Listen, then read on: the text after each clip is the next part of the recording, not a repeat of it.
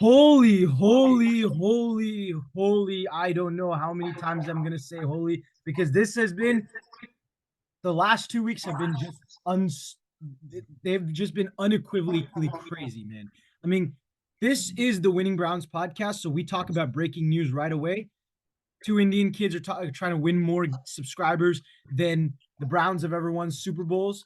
And we start that off by talking about winning moves in the offseason, winning things that happen in the offseason, winning players that are making names for themselves.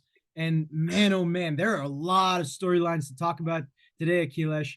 Um, Yeah. the last 2 weeks, I mean, we missed quite a bit. We haven't got to cover it, but now that we come to making our next episode, we can kind of look at everything in its totality, cumulatively, and kind of just give the main gist of what has been a crazy 2 days in the last free agency, It has. and what has been a crazy 2 weeks in general with some of the coaches and coordinators that got hired, um, Yep. some of the combine things that happened, specifically one guy breaking a very vaunted record. So we're gonna go over all of that in today's podcast, and yeah. So I to start off with, I don't know what you want to start off with, Akilesh. I think for me, I think the biggest thing is some of the free agency moves that have gone on the last 2 days. That's kind of fresh in our minds. What are some of the free agency moves that to you I think stand out? Because there are a lot. I mean, okay, let's just get it started off. I mean, this is one of the more crazy free agency periods that we have seen, arguably, in maybe the last 5 years or so. I mean, this is teams that it's being. I mean, every free agency is like. I mean, it's like no, in first grade or second grade, you hear about a leprechaun getting the golden pot or golden bag Yeah. at the end of the rainbow. That's what it is, except there's a leprechaun, but then there's also like a dark magic that just follows along with the leprechaun, just takes the golden bag whenever it needs to. And that's what happens with some of these teams. I'm just going to get started off here. I mean, when we look at the big free agency moves, it obviously has to start off with Saquon Barkley. I mean, I remember talking with Yash about this Monday. So, in case you guys don't, I mean, at this point, we've told literally our entire school schedule to these guys. So, like, they probably know what happened. But so, right after second period, we have this thing called, brunch in our school. We were just casually talking, and then the DeAndre Swift news about them releasing him after 1 year, quite a shocker to me, if I'm not, because they lose their running back, who at that time I thought was one of the better running backs. Like if I was doing fantasy, I would take him if CMC wasn't available. That is, but like I really rated him as a really high running back. I still do. And so I'm going, what's wrong with these guys? And they gave him for a very lucrative offer. I mean, 3 years, 24 million is a very lucrative offer for a team that has so much cap space. And then, like, I remember right after I entered econ, cousin Matt, like my math teacher, Mr. DePaola, if you're watching, I don't know why you do this. No computers at all, pretty much. So I go into econ, and then I see Saquon. I'm going, what in the world, man? Saquon Barkley now is a Philadelphia Eagle. That's more detrimental to a 49ers fan than it is for a Chargers fan because, we define detrimental, but not anymore at least. But you look at the Saquon Barkley. I mean, he's never had an offensive line in his entire career, and now he has an offensive line. Mind you, that's not as great as it was last season with the loss of Jason Kelsey. I do want to speak about that a little, maybe 2 minutes after. But the Saquon Barkley, I mean, this guy bulldozes everybody. He's extremely strong, quick, athletic. The thing I do want to see, however, is he going to be able to make the right choices in terms of the hole he enters because we have see I mean for the past 5 years or so he's been in a system where he's had to look at every single thing and make a decision right on that snap. He's never had the right hole. He always has to make up a hole. In this case, he has an offensive line that has the potential to make situations where he can find the right hole. So can he still do that? Can he, I mean, Dan Orlovsky kind of pointed out to this on NFL. I think it was Live ESPN, if I'm not wrong. That's the channel about Saquon Barkley simplifying his game like a quarterback would. Looking at, don't take every single angle. Look at the angle that's in your pursuit. and we'll look into that more in the football X's on O's and more of that stuff later on. But that's kind of how you want to look at Saquon Barkley in this trade. Now that's one. The other one that really stood out to me is interestingly today, C.J. Gardner Johnson gets traded back to the Philadelphia Eagles. Let me just start off by saying this.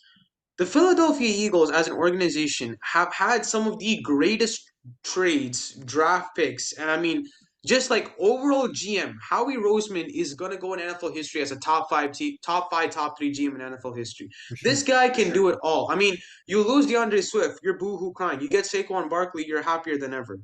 You lose CJ Gardner Johnson a year ago to the Detroit Lions, who just made the NFC Championship, and then you get him back. For I sure. mean, it's And it's not just that. I shocking. mean, you That's talk about the wheeling and dealing he did with Carson Wentz and taking a guy who's a former MVP, falling down, trade yeah. value looked terrible, and he Well, got not a former first round. MVP, almost MVP, almost Yeah, MVP. well, yeah, he should have been the MVP had he not gotten hurt. Of Nah, course, he got hurt. no, No, no. no, no, no, no, no, Tom no. Brady, the GOAT. Tom Brady, the GOAT. Let's not disrespect that man. Come on. Bro, some Tom of the Brady, plays the Wentz GOAT. was making that year were just insane. He was doing things with far less of a talent, in my He's opinion, than Tom all Brady I'm was saying that is year. Tom Brady, the GOAT. Tom I'm Brady, not. the GOAT. Hey, I'm not Okay. denying that, but I think Carson All Wentz right. would Okay. have won Okay. the Okay. MVP that year. Continue, But please. Continue. regardless, he took a guy like that with that type of value, very kind of mid-level at best, and got a first-round pick out of it.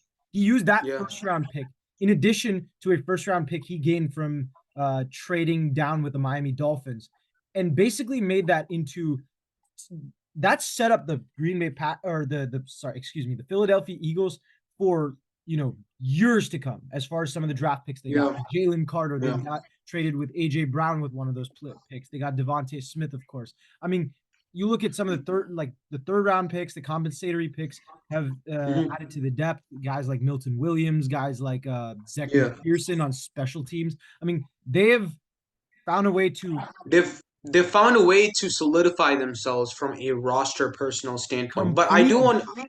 I want to allude to this though. It's very interesting. See, I have a theory that is very crazy theory, if I'm being very honest, but I think it could happen. CJ Gardner Johnson is a Detroit Lion. One of the most touted, probably the most touted offensive coordinator or head coach wannabe, head coach candidate that was out there was Ben Johnson. This guy's a genius. He's worked with a quarterback that's not the conventional, we want this type of quarterback in today's age. He's not the most mobile, not the quickest, but he has great accuracy, great feet. I mean, Jared Goff this is a better Jared Goff than we've ever seen. And that's really shocking to say, considering he was with Sean McVay and led them to a Super Bowl. So Ben Johnson's doing something right. What I personally feel is Nick Sirianni is not the head coach that's needed in today's game. And I'll explain why. In today's game, you need a head coach who can, from a strategic standpoint and also from a play call standpoint, be extremely efficient and smart. From Nick Sirianni's standpoint, he's not a play caller by any measure. When we look at his success, it was with offensive coordinators and defensive coordinators who are great play callers. Shane Steichen, extremely good play caller, and we've seen his success in Indianapolis in his first season. I call that. I'm gonna take the pride when it comes to me. All Hey, right, I'll hold my L with that. Shane I was Steichen. wrong, very, very wrong about that. But But you were right in many other ways. So I'll give you the credit there. But I'll just take the one. hey, The NFL my man has credit been is tough saying that on the me. Texans would have a winning record. If I had Yeah. known, Yes. if I had Yes. not been as kind of like realistic and in my own head, I think I would have predicted them in the playoffs. But I didn't. I still predicted them Yeah. in the winning record. That's I'll give you that. I'll give you that. But with Shane Steichen was successful there, and then you look at last season, it was a complete fall off. I mean, let's look at this realistically. Yes, they were 10-0, but really they were 5-5. Five of those games they won. Five of those games they were given the win. There's two different things.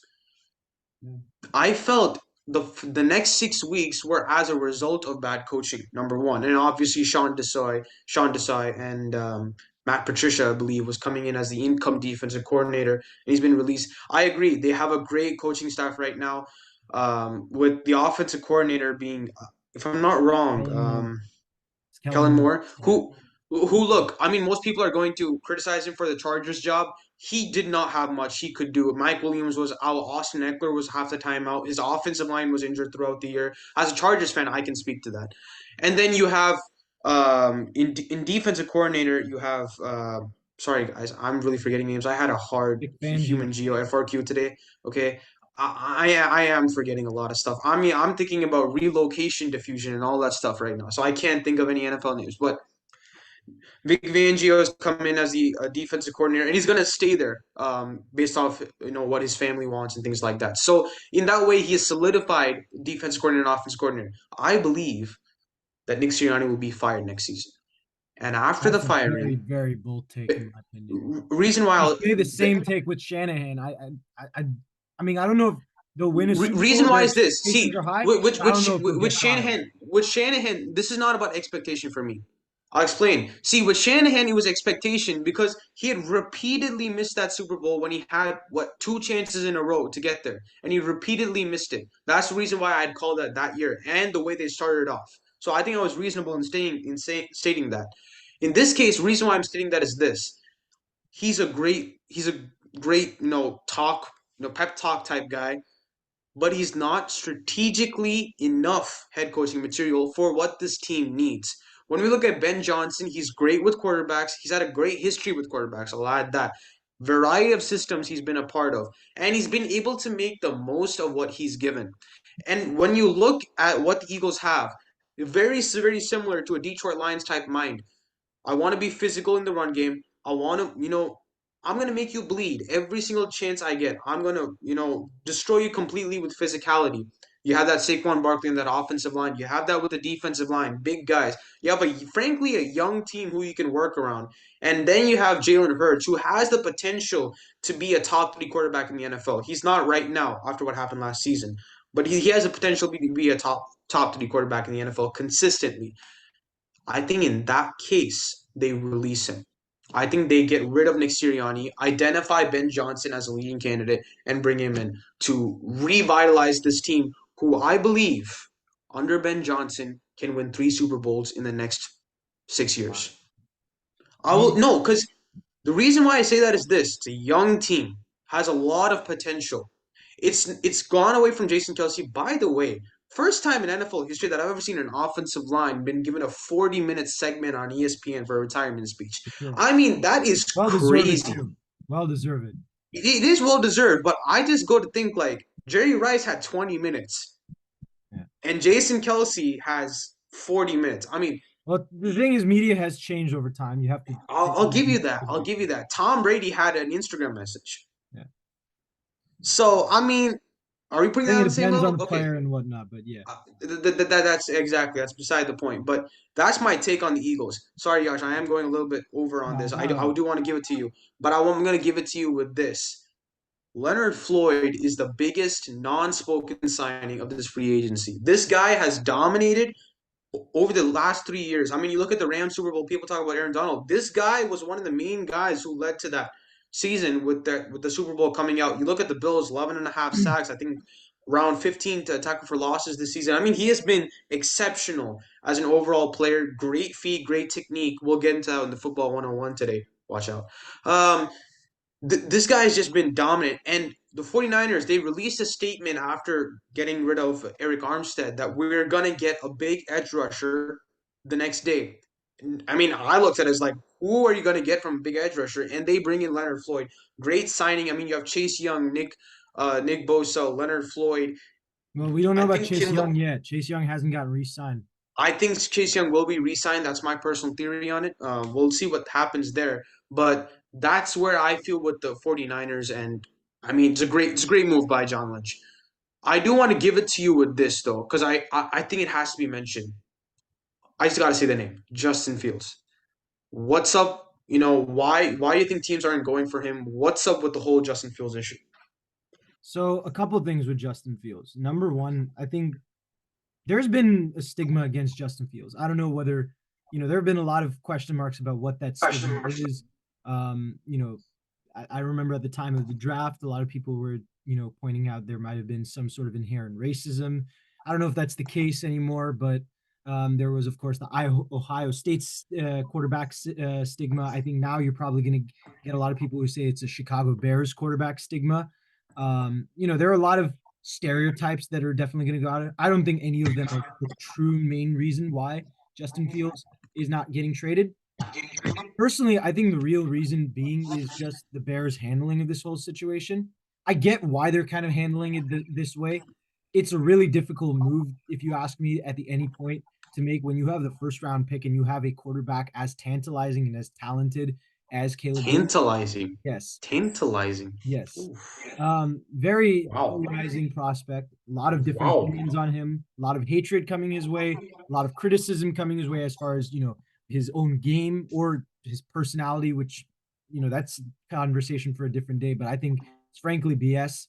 Um, I, Frankly, if you gave me a 30-minute segment on why I think the criticism on Caleb Williams' personality is wrong, I think I'd cuss maybe a couple dozen hundred times, a couple dozen thousand times. I mean, Yeah. it really Okay. pisses me off, frankly. But regardless, um, the when you have a guy like that and you have the opportunity to go draft a guy like that, but you also have the opportunity to go trade that pick for a team that's very quarterback hungry, might need that quarterback to, take the next step. Um, there are going to be teams who give a lot to get him. They're going to, and Justin Fields in no way is a bad quarterback. You don't feel desperate to go and get a guy. This is not like the New York Jets when they had Sam Darnold, where Sam Darnold was awful the year that, they had a chance to go get Trevor Lawrence. This is not like that. Justin Fields was playing pretty well last year. It's just a matter of whether you think his ceiling is that high, number one, and two, whether you think his ceiling is that much higher than Caleb Williams. And that I think is something that the Bears are having trouble doing, trouble understanding. And as a reason, I think the Bears are kind of milking his value a little bit. In addition to the fact that I think more teams are kind of progressing towards pass heavy quarterbacks, with the exception of a certain scheme. I think, which is, the Nick Sirianni, Frank Reich, that type of scheme, Shane Steichen. With the exception of that, most teams are still going towards a pass heavy offense. And from that standpoint, I just don't see that many teams that would look at Justin Fields and say, you know what, that's our guy when they're trying to achieve that type of success. The only other guy that had him or that has success with that type of quarterbacks is Luke Getsy, who had relative success. A lot of people would sit here and say he's not the greatest play caller in the world. I would agree to some extent. Um, and is there some bitter feelings between Justin Fields? Is there some bitter feelings between him and Luke Getsy? Does Luke Getsy want to coach him again? That's another question that remains to be seen. I think honestly, it's a good point that you mentioned that because Luke Getsy is now on the Raiders and they have just released Jimmy Exactly, and Garoppolo. that's why I So mentioned that. Yeah, and like the Raiders are probably the most quarterback desperate team, but they ended up going for Gardner Minshew. Gardner Minshew is a great quarterback. Don't get me wrong, but does he have the same upside that Justin Fields has? I don't know about that. And that's where I kind of look and wonder, is there a team that is willing to go and get a Justin Fields? The problem is that Justin Fields got caught in a situation where there are a lot of teams with draft positions where I think they think that the guy that they can get in the draft is a lot better than Justin Fields. yeah. A lot of people will say Justin Fields is a known commodity. You know what you're going to get with him. You know the type of potential you're going to get based on how he played. Okay. Mm. But I feel like a lot of people in the NFL executive world are probably going to argue, yeah, we know what he is. We know that the limit is there on his potential. Meanwhile, a guy like Caleb Williams, a guy like Drake May, Jaden Daniels, whoever, right? These are guys with unknown potentials. These are guys who, coming out of the Mm. draft, are touted more highly, honestly, as pass catchers than Justin Fields. And that's saying something given that Justin Fields was also in a very highly touted quarterback draft class, right? So from that Yeah. standpoint, I feel like personally, Justin Fields, he's going to get an opportunity soon, but it might not come right away. It might be one of those situations that's drawn out, much like Jimmy Garoppolo. Um, it might be that, Hmm. he ends up getting traded midway through July, midway through August. And that really all depends on what the Bears decide to do with that number one pick, what Yeah. Justin Fields wants to do with his own career, and what teams really want him. That's really the only reason I think he's not getting traded, because I think a lot of teams are content with their quarterback situation. And whether that's the right thing or not for most teams, that's just the fact of the matter. And that's probably the best, reason I can give for why Justin Fields not getting traded. As far as other news, I want to get back to a couple of things you said. I'm not going to go over the Nick Sirianni thing you said, because although I Okay. disagree with that, I don't think it's. I mean, I don't think You it's. gotta be joking, man. Hey, look, I mean, okay, let's look at it realistically. You look at what Nick Sirianni has done with good offense coordinators and what he's done without good offense coordinators. Let's go back to this also. He's never been a good offensive coordinator.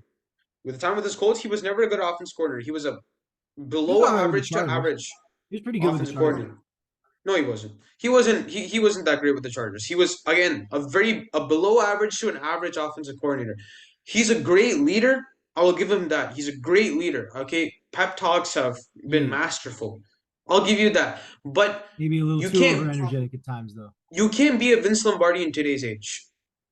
You Yeah. can't be a Vince Well, I Lombardi don't in know about today's that. age. Mike Tomlin. My argument to that is Mike Tomlin. Simply Mike. Yeah. How many playoff games has he won in the past? Since 2000 to 2016? How many Zero. coordinators has he had that are actually good? That's what I'd ask. Yeah, Matt none. Canada, let me ask you this. When your best coordinators are Matt Canada and Randy Fichtner, that's saying a Yes. lot of bad things about your organization. To me, that's a No, problem with Mike Tomlin, it's no saying a doubt about lot it. of bad. Well, no. But see, you can't put this on the organization. As a head coach, you are the one who ultimately Right, but decides. that's I what I'm want him to arguing. I'm just control. saying as far as Nick Sirianni's own coaching skill.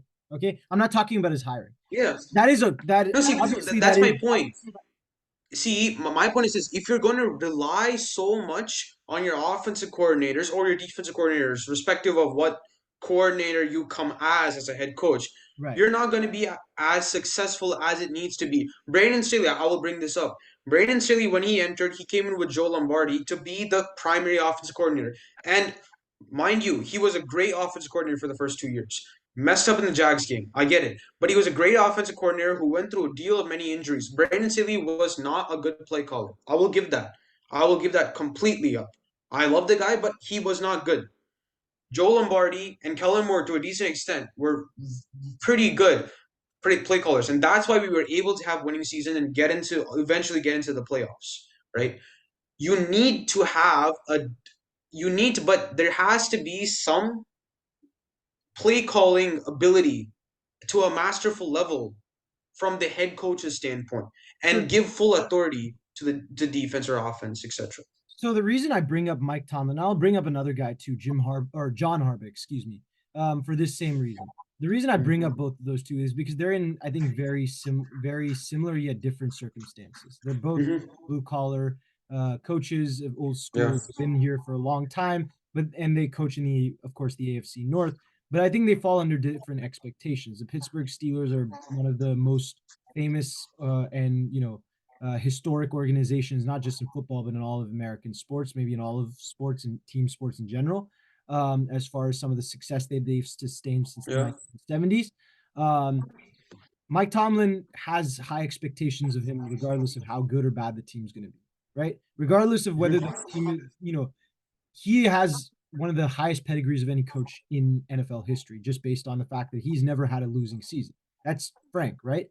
But Yeah. tomorrow, if the Steelers have a team that looks 5-11, it doesn't matter if Mike Tomlin's going to be 8-8. That Steelers fan base is so. They have such high standards that they're going to call for his head no matter what. And I've seen it. I have friends that are Steelers fans who every year they're calling for his head, even though he's a Yeah. good coach, right? That's But just the but expectation. Yash, there's a difference between calling for his head in an unreasonable situation and calling for his head in a need situation. Well, that's At why I this bring up point, Jim. Well, that's why I bring up John Harbaugh. That's the other instance. John Harbaugh had a certain stretch of time where he probably should have been fired from yeah, 2014, or no, not 14, 15, excuse me, to yeah, 2018, really until Lamar Jackson came and revived the franchise, came. right? That Hmm. 3-year period, John Harbaugh had done pretty much close to nothing with a team that had playoff expectations every year because they were one of the more Okay, talented teams in the AFC, right? I'll give Uh, you that. and the Ravens were patient with him. And they could afford to be patient, not just by themselves in their organization and how they run the franchise, but based on franchise structure. The reason I bring up both those instances with a guy like Nick Sirianni is like we know, like you just said, Sirianni is a guy who is who's more of a team manager than he is, excuse me.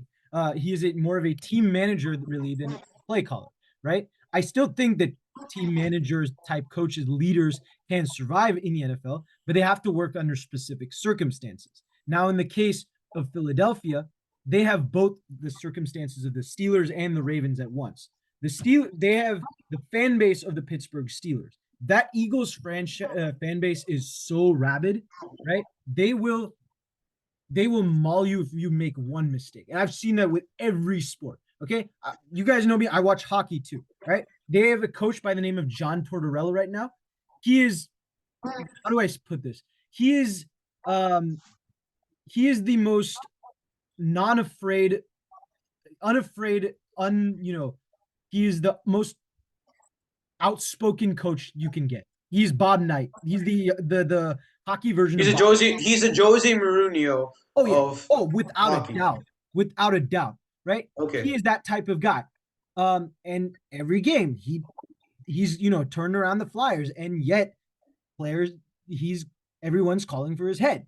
Right? It's just that fact of the matter. That's what the Eagles fan base is. Howie Roseman, however, has gained a lot of respect from the Eagles fan base because of what he's done over the last 4 or 5 years. If that success That continues, success can. then Howie Roseman has the power over the fans whatsoever. And I think that's the biggest thing. Howie Roseman has the trust of Jeffrey Lurie, the owner. They've had that structure and stability for upwards of 2 decades now, right? Yeah. So as long as Howie Roseman's pretty patient with his coaches, with the exception of Chip Kelly, who kind of had a coup in the organization. Other than that, he's been patient with Doug Peterson. He got patient with Andy Reid for a couple of years before firing him, right? The day that he loses the trust of the fan base, which has happened with other coaches, he happened with Peterson, it happened with Andy Reid. At that point, that's when I think Nick Sirianni is getting get fired. And if that happens next year, then I agree with you. If Fair that point. doesn't, Fair I point. don't think he is.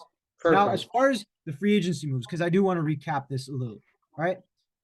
As far as the Eagles Saquon Barkley move, this CJ Gardner Johnson move, it was a great move. I don't think there's not much to be said.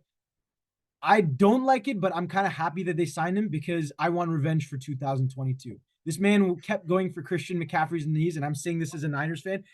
I want to see Trent Williams get him on a peel back block and absolutely demolish him. All right. As far as Saquon Barkley, this is Christian McCaffrey 2.0 as far as me. All right. As far as what the revival story is, both of them have to deal with injuries, right? Both Oh, of them deal with extremely dysfunctional franchises, right? With terrible offensive linemen, and as a result, they faced a lot of injuries. But they were the bell cows of their team. Now you go to a team that is more run heavy, but also has a better O line, better scheme fit for them. Okay. That I think is going to help Barkley. He's going to be a lot more durable. He's the type of guy that can sustain a long-term career, much like a Henry or McCaffrey. He's a big guy. People forget he's 6'2", 240 almost, right?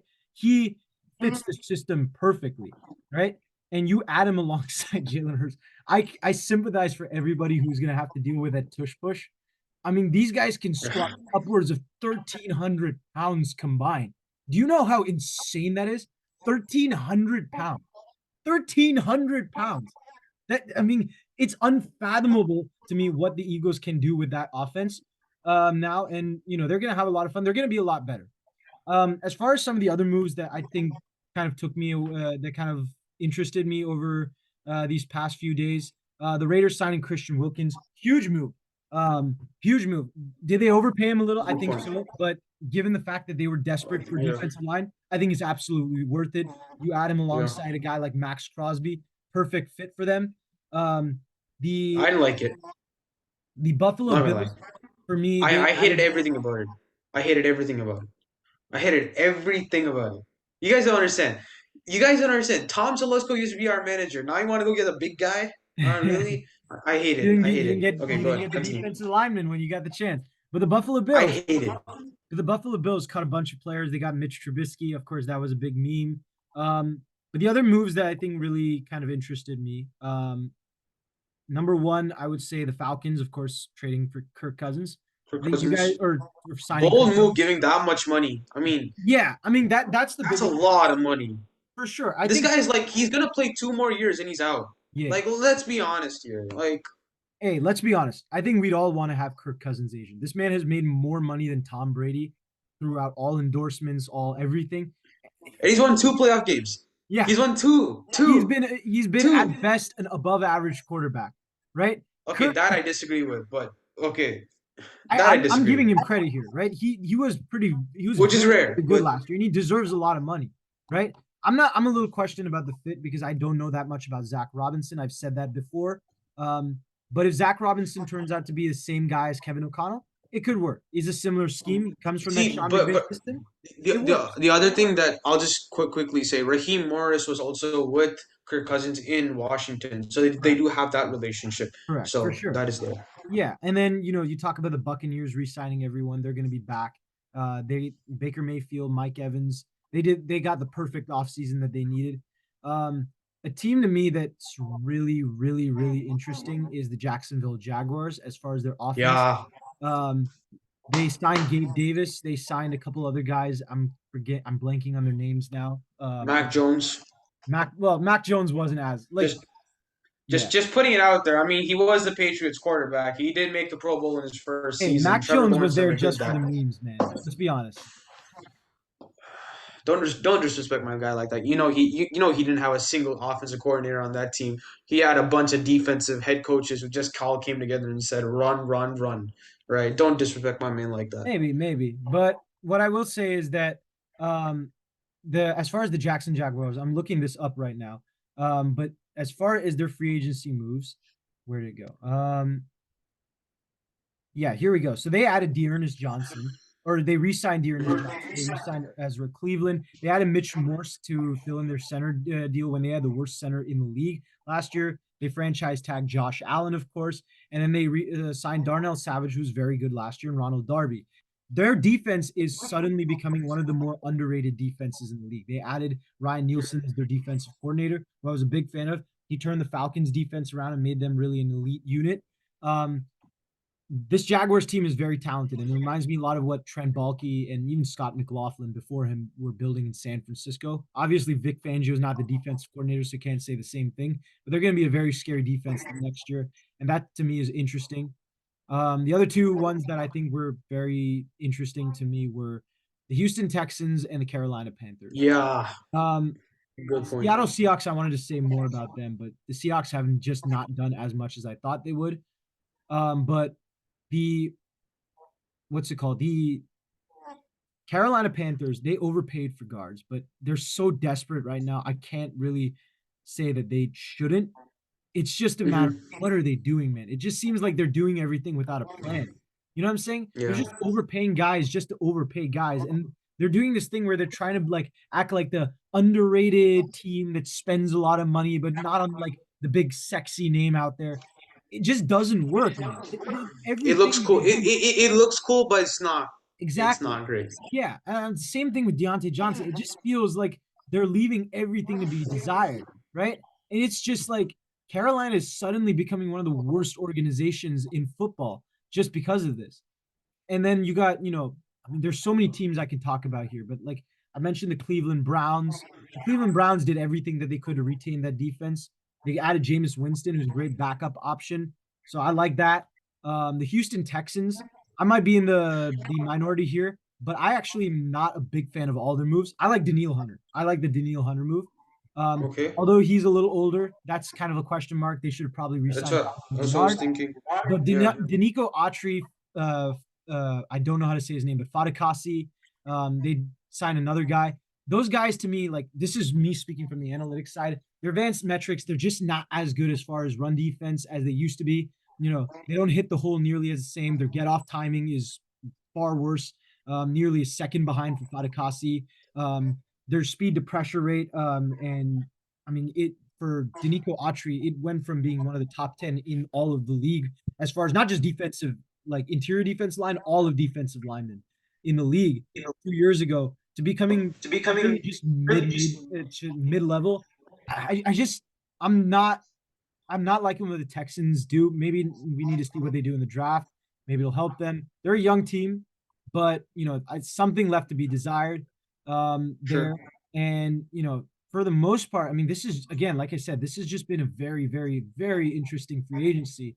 I think you can't finish this off without talking about the Packers and what they did with Xavier McKinney.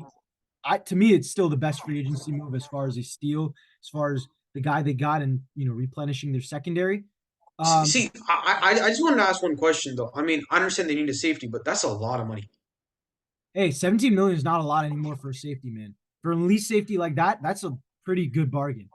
I mean, that's perfect money I for. don't know. I get Wasn't your he point. what? Mm, I mean, Minka and Derwin James got paid upwards of 18.5 Minka million. and Derwin James are way beyond the level of But Xavier that's my McKinney. point. A guy Xavier McKinney, I think, is a top 10 safety. It's just a matter of where 17 million is about what you're going to get paid for now in elite safety, and that's what Xavier McKinney is. I think Packers are also betting on the fact that this deal could be better down 2 years down the line than it is right now. So he could even be even more of a steal down the line. And for me, that's what really I take away from that. And then, of course, finally, I got to talk about the running backs. You got Josh Jacobs going to Green Bay. To me, that was a very lateral move, cutting Aaron Jones to get younger with Josh Jacobs. They're, to me, about the same type of player. Josh Jacobs might be a little better. You're skimming hairs there. Um, Wow, a little better. I mean, no, no, I I don't know. wouldn't say I that. think I've said this before, but I 1600, think Aaron Jones is 1600 one of the yards. most underrated running backs in the league, man. I get that, but 1600 yards is one of the worst offensive lines. 5 yards a carry, and he had the most yards a carry With on a first down completely different conversion. scheme. The minute that you change that scheme, I mean, the minute you change that coach, When you look at no, but Matt LaFleur is a guy who's going to change scheme based on the players he has. He's always done that throughout his career, so I maybe. don't doubt But I that. mean, with the emergence of Jordan Love, I just don't see him having the same type of role unless he's getting I a don't know. bigger role in I the don't know. receiving game, which in that case, maybe that works. And then, of course, we have to finish I this don't know. off with Derrick Henry. I mean, we can end this without talking about Derrick Henry. I mean, this was the perfect signing as far as the value you can get for Derrick Henry, 8 million per year, 2 years, with a guy that's aging. Um, and the Ravens needed a running back, a ground and pound guy fits their identity perfectly. You add him next to Lamar Jackson, thunder and lightning. I mean, I don't care. I don't care if it turns out to be a bad move. I just want to see I'm just so pumped up. I mean, this is one of my favorite running backs to watch and one of my favorite quarterbacks to watch. The run game that they are going to have is just going to be superb. And the best part is they can play each other's position. Forget the memes and whatnot. Lamar Jackson can play running back, and Derrick Henry has shown that he can play quarterback. I mean, he used to run wildcat plays with the Titans for a while. That's how they beat the Ravens in one game. Um, there's going to be a lot of versatility, a lot of flexibility that they have, and this is a very, very, very old school offense now with a lot of versatility with Lamar Jackson's passing starting to open up a little more. You got Derrick Henry and what he adds to the run game, and maybe you resign J.K. Dobbins, maybe you go another way. Keaton Mitchell adds a little bit more speed in that run game now, and then you talk about the receivers they have. Isaiah Likely starting to emerge. Mark Andrews always there, and then you have um, Rashad Bateman and Zay Flowers there.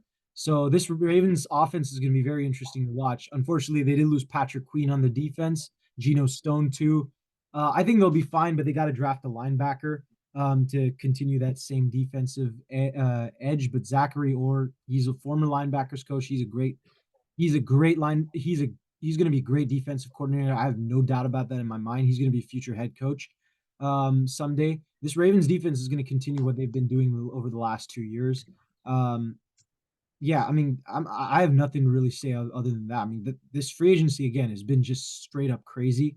A lot of teams have made some very interesting moves. The Bears have impressed me from that sense. I want to see what they do now at the draft. Like I said, the Packers, the Ravens, a lot of the running backs have changed places. I mean, this is going to be a fun next year to watch, and there is a lot we can Yeah. in upcoming episodes. But I want to move on to talking about some of the other moves that we can really um, discuss, because obviously free agency is not over, but we can also talk about some of the trade rumors that have been going on, some ideal fits for those guys, and even some ideal fits for some of the players that are up for being drafted in the near future. So, Akhilesh, I ask you, and this is where we start a section, the new section. What do you think is the best fit for any player going into next season to be on a new team? Look, I'm thinking of a couple of guys. Uh, there's a lot you could go around. Obviously, this specific one has a lot you can go around. This specific year in terms of free agency has a lot you could a lot of the guys that I thought would get traded to certain places or would get asked aren't being asked, and so I'm thinking from that sense. But I think honestly, to me, T Higgins could be a Patriot. I think there has been the rumor that Majidon obviously had a conversation where he's pretty confident that the New England Patriots will sign T Higgins. Um,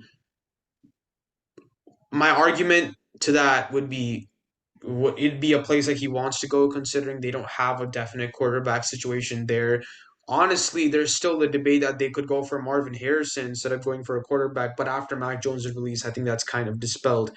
Um, I think first of all, I think from a free agency standpoint, um, I think we might get to this further on in the video, but Russell Wilson, I do have to mention it. Coming back to free agency, that was a huge move by the Broncos. I mean, dead in cap space. I mean, you're paying the guy 30 million, and he's also going to play quarterback for the Steelers, who great running back situation. Um, Again, I'm not expecting much out of the Steelers this year from an offensive standpoint, as usual, but in that manner, the Broncos, a lot of the teams have kind of told the entire world their position on drafting. The Vikings, they're saying we're going to get a quarterback. Which some people were not exactly sold on. I mean, some people were still betting on Kirk Cousins staying there, which is a shock.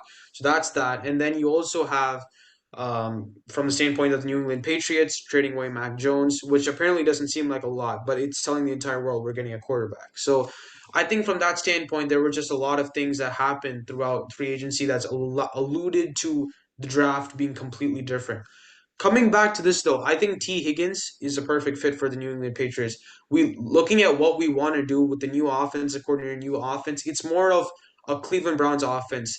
If need to be, stretch it wide, make it go deep, or run cross patterns that are gonna have a lasting edge towards it, but also emphasize the run game and have a kind of a perfect mix of both. Really, it's like tomato and basil. That's what we kind of want to do with the offense here. Just have the perfect tandem of what seems like things that can be come together. When they come together, it's the best thing on the planet. So Perfect. that's my standpoint on Personally, the I New would have England gone with Patriots. spaghetti and meatballs, but I get Yeah, you. but I'm vegetarian, so you know I can't Oh do yeah. that. But I went with tomato and basil, and also interestingly, Boston actually has some of the best uh, pomodoro pasta you can get out there in the U.S. So Uh, just putting it out there. So they have that kind of tomato basil. I'm going to use that. I don't care. Right, with T Higgins coming in, you have Kendrick Bourne, who I think they re-signed recently, and then you have Stevenson, who you talked about as being that next level type guy this year. Unfortunately, that didn't happen. But I think it could still happen. The offensive line's getting, remade again. So I think T. Higgins is a perfect fit. I think he's the best fit that's out there right now. But considering what happened since Monday, he's not going to be much of a big deal with the New England Patriots. That's my personal viewpoint on it. yeah, I mean, for as far as ideal fits, I vehemently agree with you on that. I mean, I mean, you look at some of the guys that Alex Van Pelt has worked with in his career. I mean, with the Cleveland Browns, just with the Cleveland Browns, we could talk about a guy like Amari Cooper and his big body receiverness, but he can also route run, and he has some of the best hands in football. Um, then you talk about a guy like Donovan Peoples Jones, that jump ball receiver who can again route run down the field, can stretch the field down for any quarterback, right? I mean, Alex Van Pelt has worked with some very, very, very talented players um, in Cleveland, but then you talk about some of the guys that he worked with elsewhere in Cincinnati. He worked with AJ Green. in Green Bay versus guys like Randall Cobb or what's this face? Jordy Nelson. These are guys who, they're known for a specific type of way of running routes and a specific type of way of getting down the field and stretching the field for their quarterback. I think that's what Alex Van Pelt wants in this offense. Obviously, the Patriots haven't had a true bona fide number one receiver who can consistently get 1,000 yards. Gronk That's was never absolutely happened. That's literally never happened. I mean, yeah, since Randy Moss, that's really never happened yeah. to us. I mean, So, you could mention Gronk, but he was a tight oh, end. Yash, you know what? Hey, Yash, I have to mention this. So, digital arts, right? We're in this class. You may know this kid. I don't know, but he apparently was watching our podcast. So, shout out to you. Apparently, this kid, they were having a conversation. I was in one row, they're like two rows down, working on the computers. And then there was this conversation. They go, Julian Edelman is a top 10 receiver. First of all, just that. And then they go, he's better than Julio Jones. I couldn't work. I kept the mouse down, kept the keyboard down. I just looked at them. And the kid looked at me. And there's this little freshman. And he's like, who you looking at? I'm like, Julian Edelman over Julio Jones? You crazy?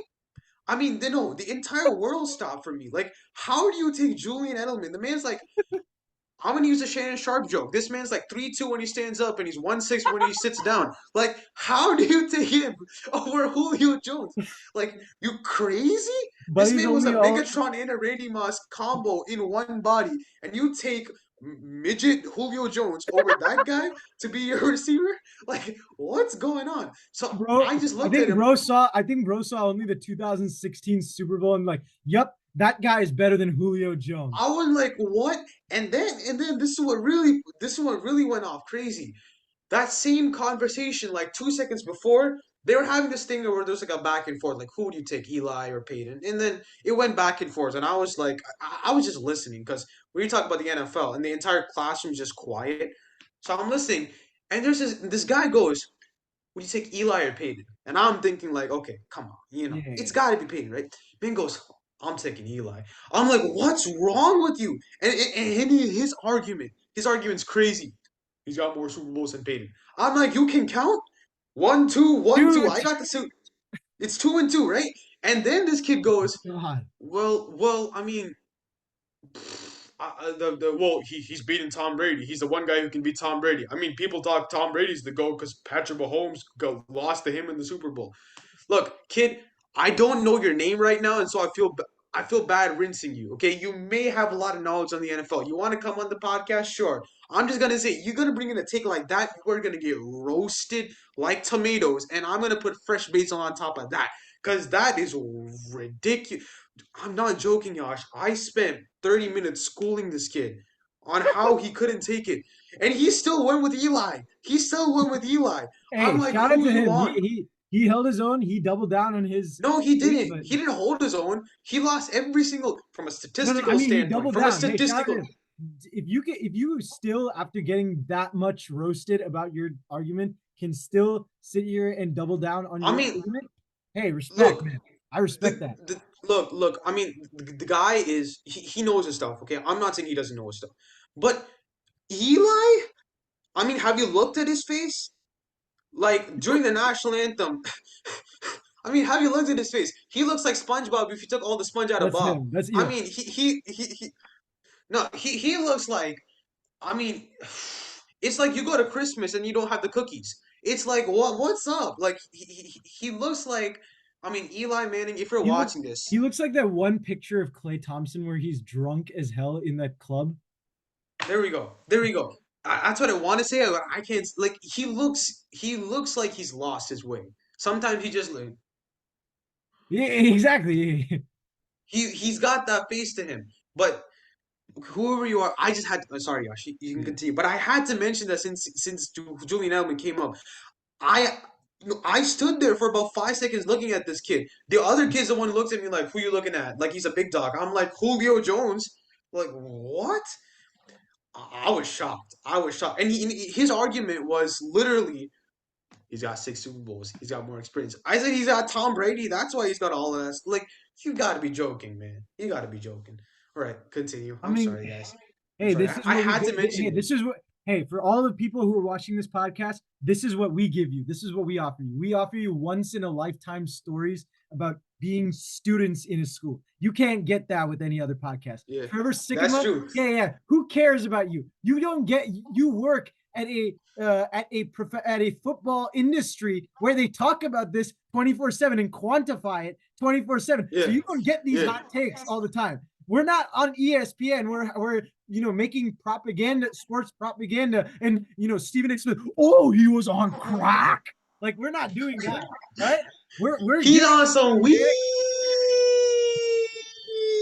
weed. That's we're exactly giving his line. organic takes, and we're criticizing the people who we think Yeah. the most asinine Look, takes out on hey the kid, planet. I'm just saying, respect to you, whoever you are. I'll find out your name tomorrow. I will personally find out your name tomorrow, and I'll invite you on the podcast.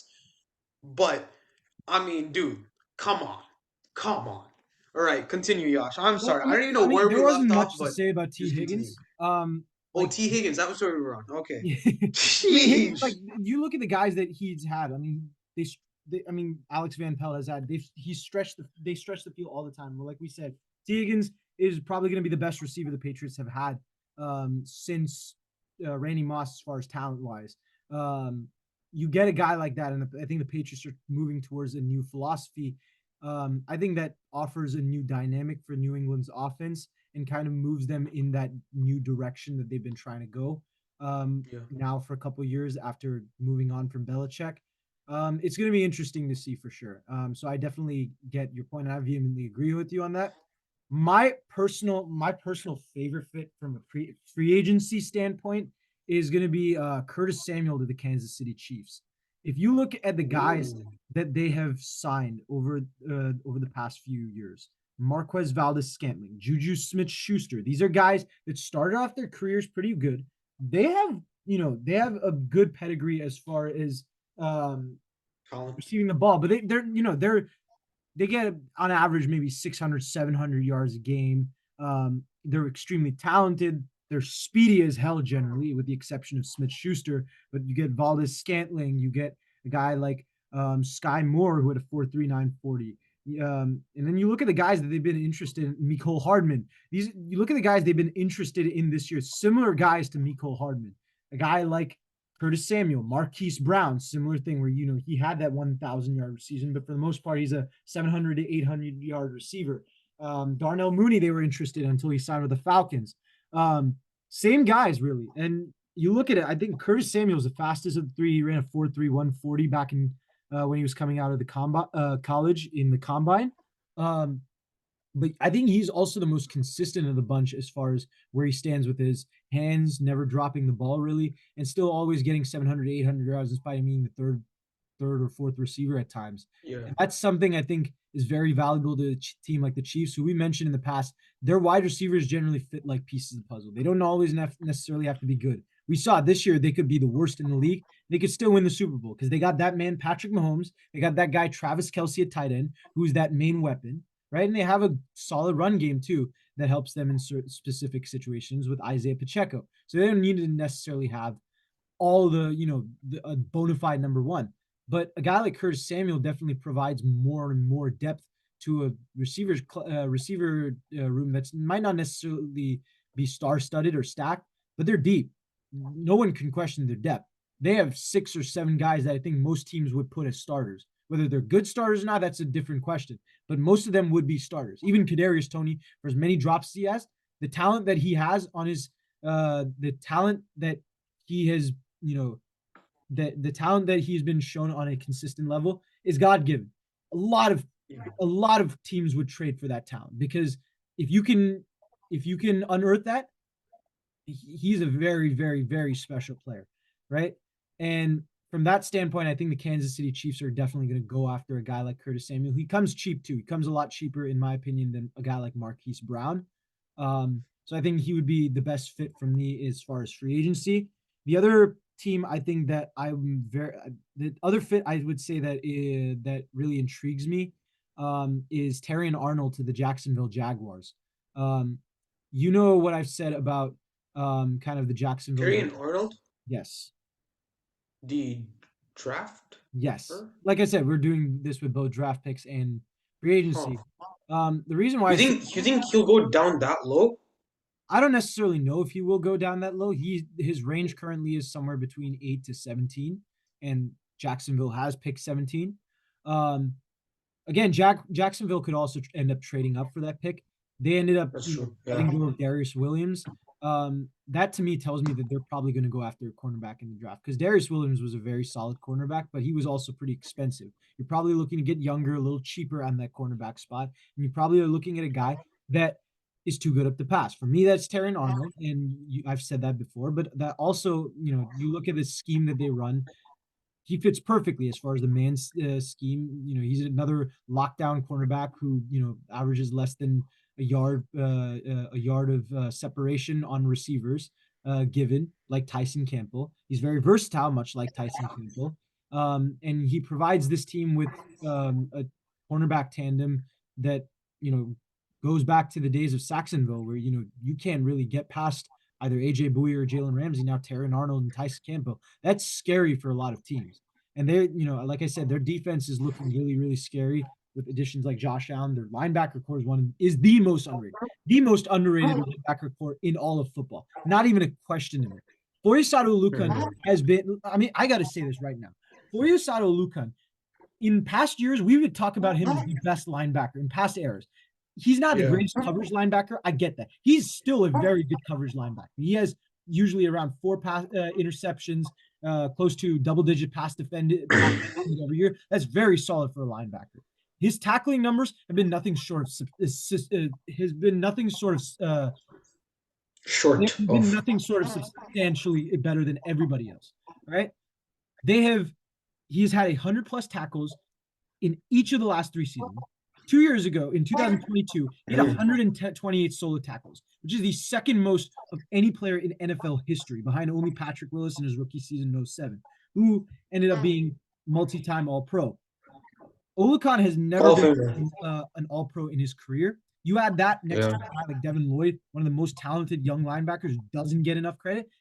That they need to be talked about. I'm not saying they're Willis and Bowman, but there's a reason why Balky um, drafted guys like Chad Muma, like Devin Lloyd, and signed a guy like Ulukan, because these guys are giving him that Saxonville type defense, or is that, excuse me, that 49ers type defense that he had back in the day with Jim Harbaugh, and then a guy like Josh Allen. Hopefully, they can also get a defensive lineman like a Justin Smith. We don't know, but that's a very, very intriguing fit to me. Um, I mean, those are two to me. Those are the two best fits I can probably say. But that as far as our matchmaker, I Free don't agency. have any Yeah. comments. Um, but as far as the next thing we're going to do, by the way, I do want to. We haven't got to this yet, but I want to shout out quickly Xavier Worthy. I mean, hats off to you, man. 4.2 140, 4.2 140, man. That is just Yeah. insane as hell. And I've And been then, and then he breaks one of his, if not break, I mean severely injured one of his. Uh, I think he was his something he injured it so yeah, hard that he couldn't participate in the rest of the combine. yeah. That's That's that's I love that because I know he got injured, but that's commitment, and I respect that. the other thing. I mean, I've been watching Xavier Worthy. I've been a fan of him since he was in high school, since he was sophomore in high school, I think. Um, he was supposed to go to Michigan. He decommitted from Michigan and went to Texas, which kind of, Smart move, buddy. hey, Smart move. don't. Um, I but mean, you know it's a smart move. You're gonna get about 500 yards based off Blake Corum getting 27 rushing touchdowns and running the yeah, ball the true. whole time. Only way you do that is break his legs instead of yours. But That's the here's the only way thing. you're gonna get more touchdowns than that. The first college football game I really got to see him was the Oklahoma game. He had 260 yards, was spectacular from start to finish. And he's been like that forever. I mean, he's been nothing short of sensational. I think he's going to be a great player at the NFL level. More on that later on. Akhilesh talked about his defensive end rankings. He put that in short content, kinda, on the channel last week. Guys, look. I'm gonna say this right now. I'm trying. I don't have a phone, and I'm very like. I'm the type of guy who's like, I'm not gonna get a phone at any cost. I'm that type of guy. I know I'm gonna college, and that's probably the last scenario I'm gonna get probably a phone. Okay, that's the only reason why. I'm not that type of guy, dude. Like, hey guys, this is my list of the top 10. I'm not that type of guy. I'm a computer. Let me just record Bill Belichick type stuff. Okay, that's what I do. So if it's not a short, it's not a short. It is a short. It is a short. What can I say? I tried my best. Shout out. I mean, as far as the Xavier Worthy thing, I was just saying like my wide receiver rankings are coming out today tonight. Tune into that. Um, I've been putting that out. I've been delaying that for a while, but they're coming out today. I promise you that. But the next thing we have on the list, if I'm not mistaken, is the next yes, the next thing that we have is draft crushes. And I want to go over this very briefly, but I want to just ask you if you have any one draft crush, just briefly go over it and kind of tell me why you think that they're that good. Um, well, it's not gonna be a defensive guy. I'm just gonna put that out there. I don't have a single guy I like on Really, defense this my year. guy is a defensive guy. I You know what? No, psych. Throw that out the door. Throw that out the door. Just forget what I just said. No, throw that out the door. Albert Einstein moment. Hold up. I know. Hold up. Hold up. No, no, no, no, no. Sorry, guys. I am. I thought I was gonna go with Blake Corum because John Harbaugh and all that stuff, but I gotta go with Muhammad Kamara. This kid. I mean, it just came to me right now. I explained this before. I had a geo test. Okay, my place is all over the world. Come on, it's a good one. Um, the thing is here is this guy, I love him because tenacity, physicality, and always running after the ball. That is tenacity. But tenacity and physicality, okay? These two factors. He is the only guy in this draft that has 100% effort, 100% result based on that effort. It's never 99%. He gives his all on every single play. If he needs to make a tackle 100 yards from the other end of the football field, he will go and do it. And If that's it rare for means a he D has to lineman go, too. this is a D lineman. It's not a cornerback. This is Yeah. a D lineman. He's gonna run after you. He's never gonna stop. I mean, if this guy has a football and he's running to his home, this guy will run from the football field, chase him, tackle him down, take the ball, and then go back for the touchdown. He has an unshakable motor towards him. Always goes after the ball. Has tenacity beyond belief. I think this kid, if put under the right system, will be one of the better DNs we'll see in football, in the NFL. This guy has potential to the absolute limit. I have this guy to me is the perfect Dan Quinn type guy. Never stops, always goes after the quarterback, can talk trash if need be, and he's got some anger issues. And I Mhm. say that as a good thing. You need to be angry. You can't be like this whole like sometimes when I watch Miles Garrett, guys, I'm gonna extend this a little bit. I'll get back to Josh quick.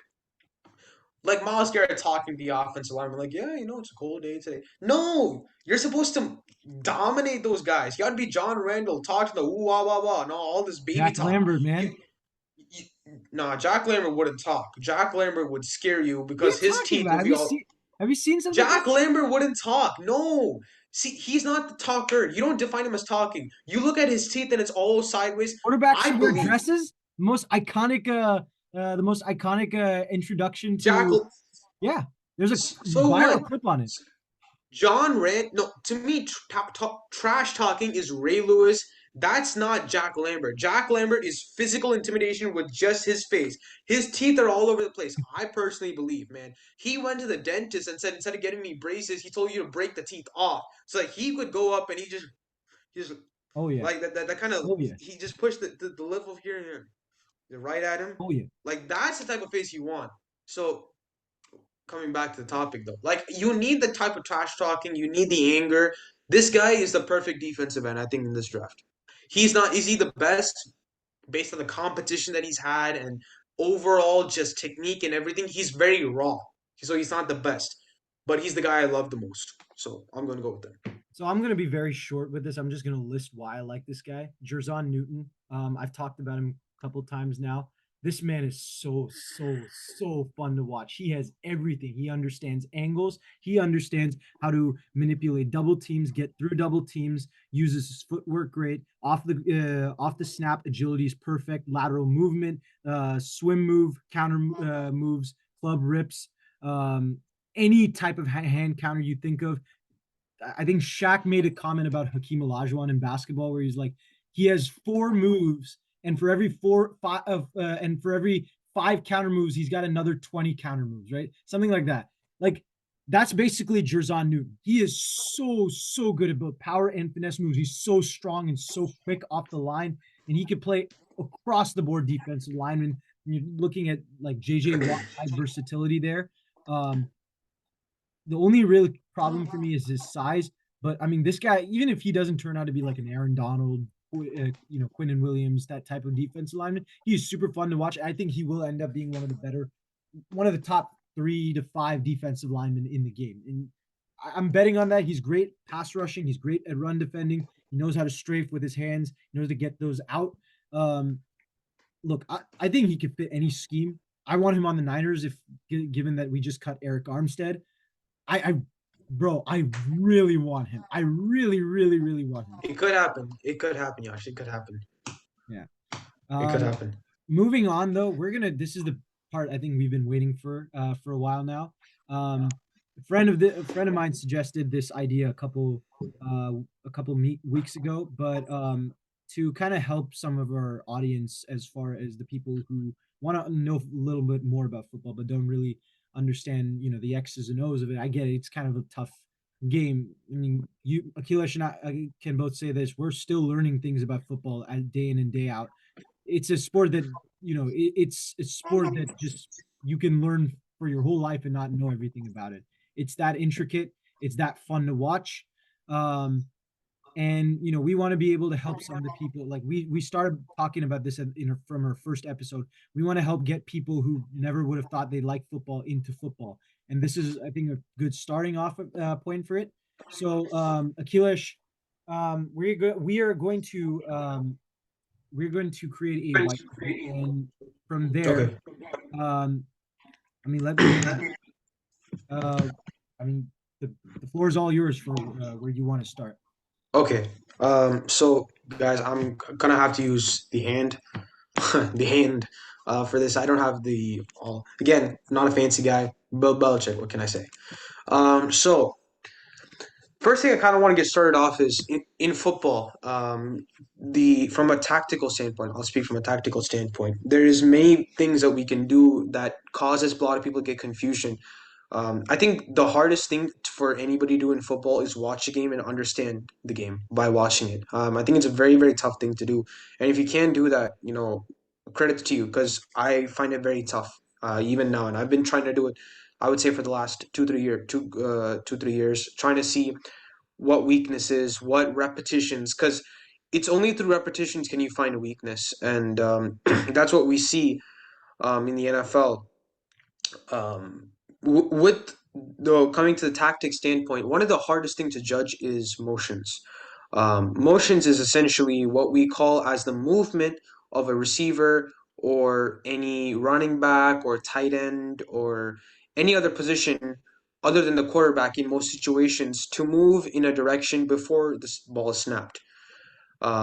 Essentially, the reason why that's done is to cause defensive backs and other defensive players to move around. So there's two main reasons, from what I believe.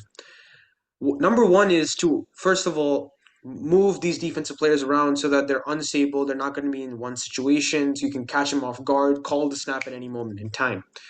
The other reason why motions happen is so that the offense can judge whether they're playing a man versus coverage. So, what's a man? What's a coverage?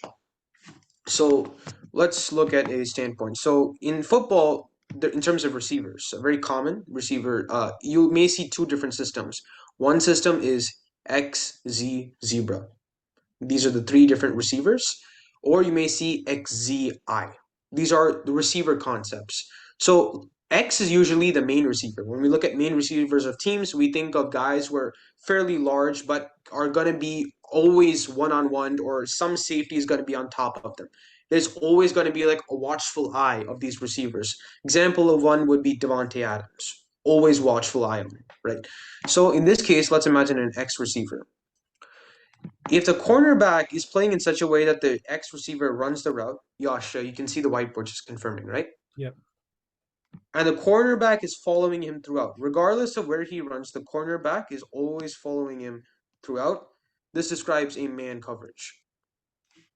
Now, suppose the X runs something and the cornerback stays in one place. He doesn't follow him. This reveals zone.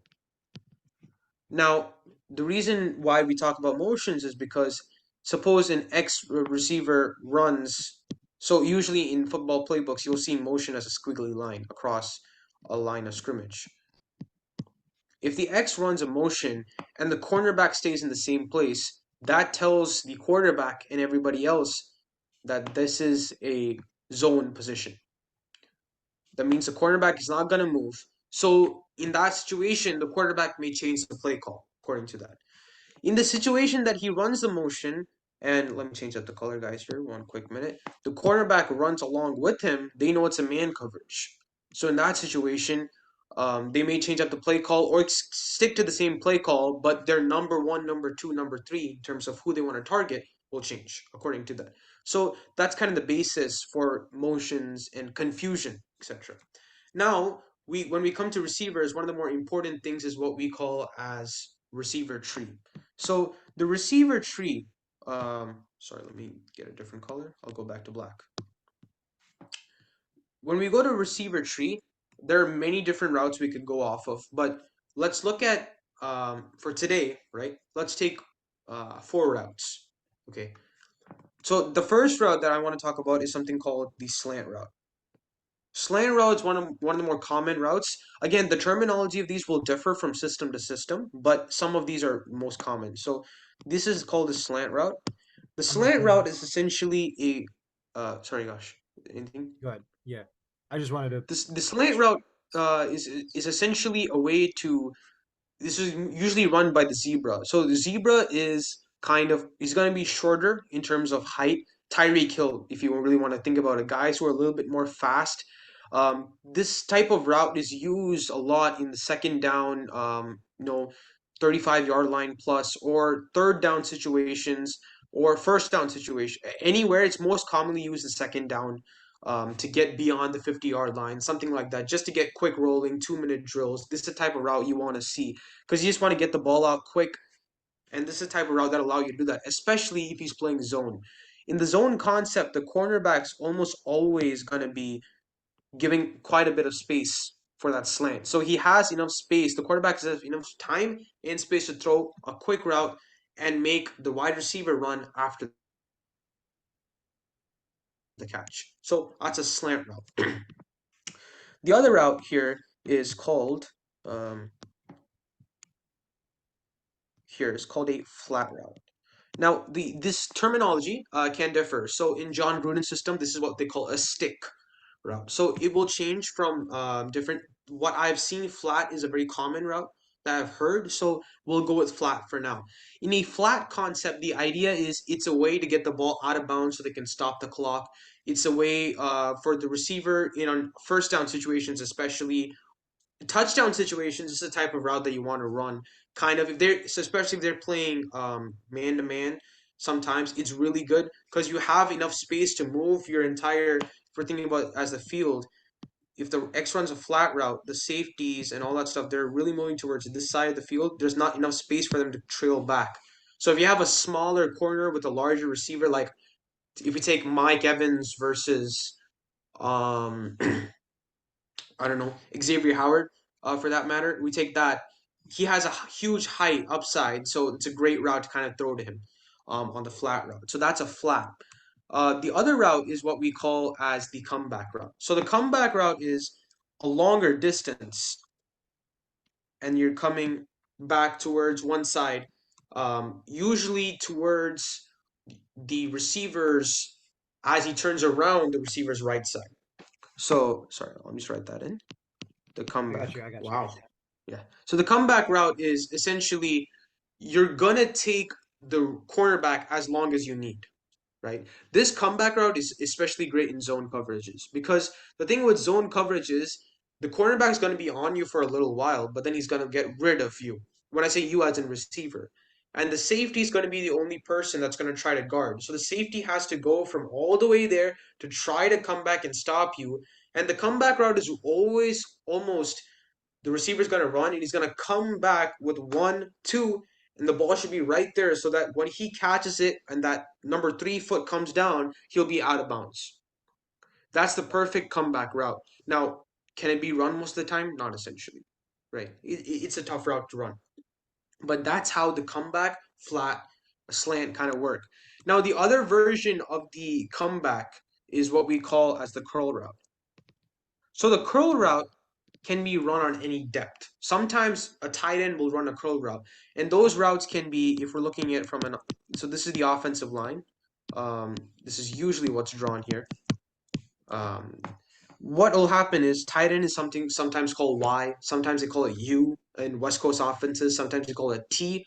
Shout out to you, Coach Jones. You're the one who introduced me to that. So with the Y, if you guys don't know, Coach Jones is our varsity football coach. So the Y in the curl, it can just be he's off the line of scrimmage and he's coming back here. That's all it needs to be. It can be 5 yards. In a receiver standpoint, though, a curl route can go for maybe 12, 15 yards. That's usually the progression of that route. So over here, the curl route, same idea. But the thing is, I'll get to this a little bit further, just 2 minutes. The curl will go in and then he'll come back out. The same idea as a comeback, but you're trying to say inbounds. So once you catch that ball, similar to the slant, you're trying to make progression off the catch, take it for more yards on the ball. So these are 4 routes. We'll get into more routes as videos go on, but these are one of the more 4 commonly known routes. Now, as a defensive specialist, not as a defensive specialist, as a guy who's passionate about defense, I do have to talk about this. The question you may want to ask is how does a cornerback play to these routes? So let's start it off, right? So let's I'm just gonna draw add it another in. page for you, Akilesh, just so you can Right. make it more space. No, I think I have enough space. I think I can You work do? with this. Okay. Yeah, it's more than enough. So let's just draw in all the routes. So this is the flat route. This is the slant route. I'm not gonna write in the names because I think at this point you guys know. This is what we call the comeback, and then this is the curl route. So we have these 4 route concepts, right? Most important thing for a cornerback to understand is what does the receiver want out of this, right? This is all based off film study. If we see that most of the time this receiver, so sorry guys, we just had to really quickly cut short the but we'll get back to this now. So as we mentioned before, the flat route. Um, Yash, I actually draw it in. No worries, but I'm just actually making it no. quicker for you. Don't worry about that. No. Yours looks much better now that I think about it. So with the slant route, and each type of route, what the cornerback has to see based off film is when we see these stellar cornerbacks, we say great film study, great film study. What do we mean by that? It's understanding receivers' intentions, understanding what they like to do. Sometimes what makes film study really hard is judging the entire field. Sometimes what you have to do is start with one person. Look at that one person. What does he like to do the most? Where does he go almost all the time? In that way, statistics, if gone in that way, can really help a lot for these cornerbacks. In a slant position, when we look at it, right, the main intention is for the receiver to come inside and catch the ball. So what the cornerback wants to do is not allow the inside. Now this is where we get into some technique. So if this is the receiver, right, I'm just going to draw him in red, just for purposes, right? The cornerback will go here. What do I mean by that? So in a cornerback position, we take him as a big C, right? There's something called inside and outside. Inside fade, outside shade. Inside shade, outside shade. This is also applicable to offensive lineman terms, but some cornerback coaches use this. Inside shade is essentially saying, I'm going to line myself up, if we think about it in terms of feet, right? So this is the feet of a receiver, right? The receiver is like this. His progression is going to be something like that, correct? reasonable. As a Yeah. cornerback, if I stand, let me try this in purple, like this, essentially what I'm saying is I'm going to give you a 50-50 chance. Either you get inside me or you don't. What the elite cornerbacks are saying is, I'm not going to give you a chance. I'm not going to give you what you want. And so with that, they keep their feet on an inside shade here. Essentially, what they're saying is half of my body, instead of making it half and half like this, if this is the cornerback, I'm going to push myself here. I will give you this half because that's not what you want. This is what you want, and I'm going to take care of that. That's what we call it an inside shade. We're preventing the inside route or the inside desired route to happen. That's what the cornerback is saying. A Now, coach I remember when I was talking to a coach at PJFL once, they were telling mhm, me they used to call it the waxing and the waning gibbous. I see. As far as the cornerbacks, because as far as moons go, um, the waxing and the waning gibbous have certain areas that they kind of fill in as far as the moon goes. Um, Hmm. and that's basically what a cornerback's role should be. They're trying to fill in a certain role and leave a certain role empty. That usually kind of dictates where the receiver ends up being, and it dictates where what the receiver ends up doing, whether he ends up going out of bounds. Is there safety help? Does he end up trying to Yeah. maneuver out of it? Does he end up just taking the yards and going down? Does he end up trying to force something? It depends on the Right. situation, obviously, at the time of the field, the play call, all of that. There are a bunch of different, there are a bunch of different circumstances that Situations, yeah. So, but see, Yash, that's what I feel when we start talking about this. The game gets complicated, but in its essence, it's an opportunity cost, right? Either you facts. give what you don't give them what they want, but you allow them to have an opportunity to do something else, right? Exactly. That's always with the cornerback position. That's always there. Now, let's look at a flat route. With the flat route, the desired route is I want to push myself out. I don't want to come inside. I want to push myself out. I want to get closer to out of bounds. In this situation is when cornerbacks tend to go with the outside shade. So in this situation, if this is me, right? Or this is the receiver, he's running here and then he's moving out. What I want is a cornerback. If the cornerback's going to be like this, there's an equal opportunity of him, first of all, maybe not catching or catching it. What the cornerback is saying is, I'm going to stay in outside of him. I'm going to prevent him from going. Now, obviously, there's a risk in doing this because in this situation, he can lean inside and run a comeback, pushing the cornerback more inside. But in the flat route situation, it's always good to have that. So this is what we call an outside shade. So this is inside shade, and this is what we call an outside shade. Sorry, guys, my handwriting is usually better, but this is how we kind of differentiate between inside and outside. Yash has actually played quarterback at PGFL, so he may have more of an Not a experience PGFL. under Not a PGFL. not PGFL. No. Okay, you've played quarterback though. You Yes. have played quarterback, so he's probably has a lot more knowledge on this compared to me. I've never played football, never played a snap in my life, so this is what I know based on film that I've seen. Rod Woodson, actually, I do want to mention this to you guys because what the main takeaway I want from this session here is to understand that football in the crux. There we go. The crux of football is simplicity. That's really where it lies. Football is not a complicated sport. It only becomes complicated when we make it complicated, right? Rod Woodson when he was a young cornerback for the Pittsburgh Steelers, their cornerback coach at that time, I forget the name unfortunately, but he called him in and he said, and Rod Woodson, mind you, he was a safety at Purdue. So he wasn't a corner, so he was on his own island. It was really hard to adjust, obviously. He came in and the quarterback coach just went, "Look, there's only 25 routes in football. Regardless of what motion they put, there's only 25 routes." And you guys are thinking to yourself, like, how is that possible? You have nine basic routes, right? Based on that, they could go little ways here, little ways there. So it should really be like 18 routes, right? If we really look at it in its essence, it's actually five routes. For example, when we look at the comeback and dig, or comeback and a yeah, come back and dig, right? Both of these routes, or come back and curl. My bad. In both of these routes, right? This is literally just a flip flop. That's all it is. It's not a new route in itself. Understand? It's not a new route in itself. So like this, you have maybe five. So they may run five more different forms of it, but you only have 25 routes. That's happened in the 60s, the 70s, the 80s, the 90s, 2000s, Right. 2010s, 2020s. Dwight White, who was one of the defensive line of part of the Steel Curtain, he had a great line. He said, and Dallas was famously known for the pushing up and down of the offensive line. And you guys should see that. Tom Landry, genius at his moment.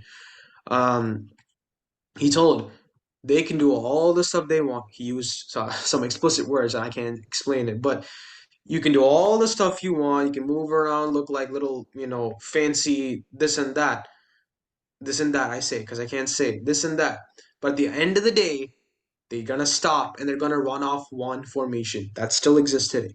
So that's why the NFL, in its essence, is simplicity.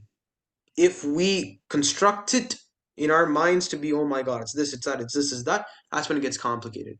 So I think this is the perfect way to start off. Understanding why receivers run where, what type of routes they run, the progression of those routes, and then how cornerbacks play off towards that. So Correct. this is basic level wide receiver routes, cornerback technique on the football.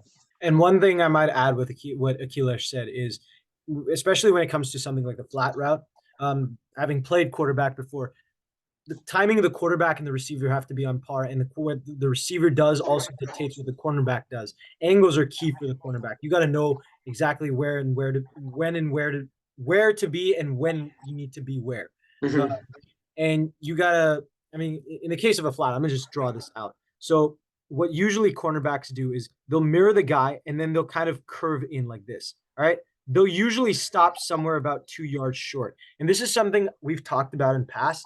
But the idea that a cornerback has to be always, tight coverage, that's not always the case. Usually Mm-hmm. the case of, usually in the case of a lot of statistics before, they used to basically make that kind of a known thing, and that's why a lot of cornerbacks got misgraded according to some of the advanced analytical metrics. What I like with a company like Amazon Next Gen Stats is that they generally tend to look at plays depending on what their coverage is, and they could even dictate that before the play even happens itself, rather than just going off the result of the play.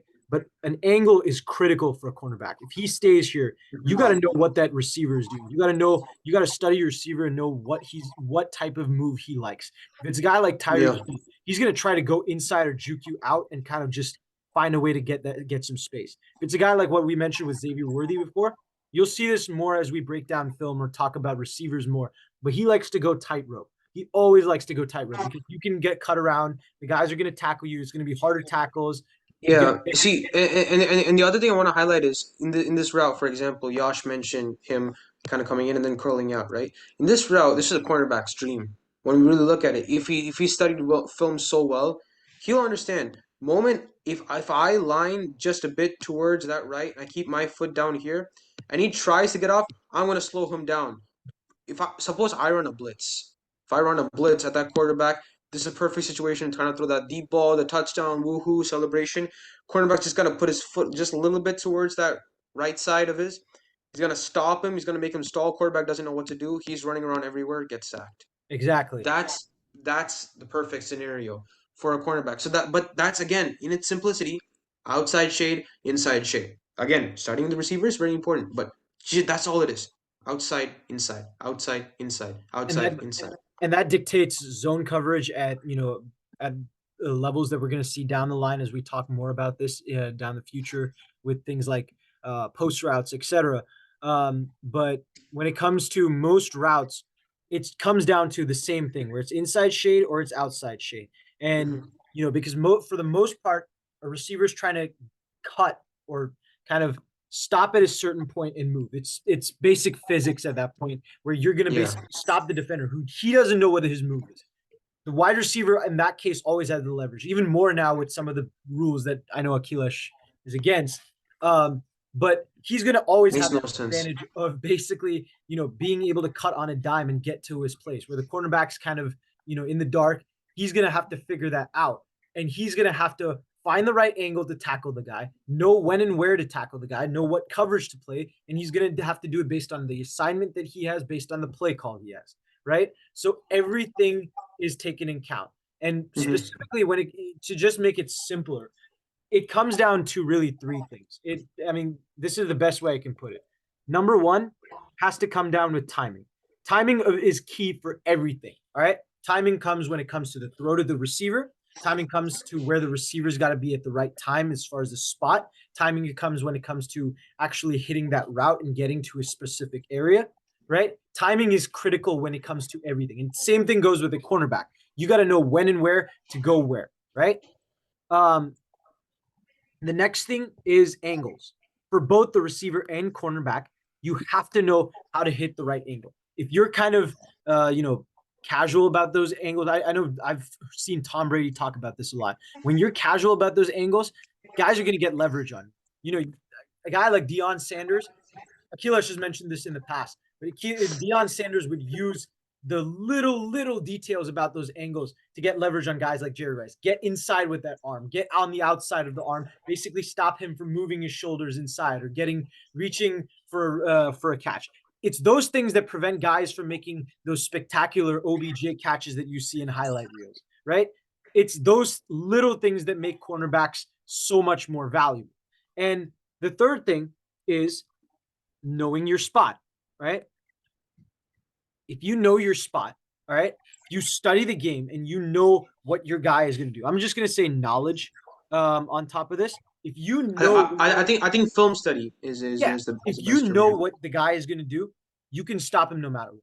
All right, you know where to tackle. You know whether you need a double team. You know whether you need teamwork on a specific player. You know what your options are, and sometimes it's not going to work. Sometimes you're going to have a big 6'5" receiver who's just going to out jump everyone and get it over three people, Yeah. and it's going to be unfair, and it's going to lead to the entire league being tormented, much like Randy Moss, or a guy getting his talented wasted, like Calvin Johnson.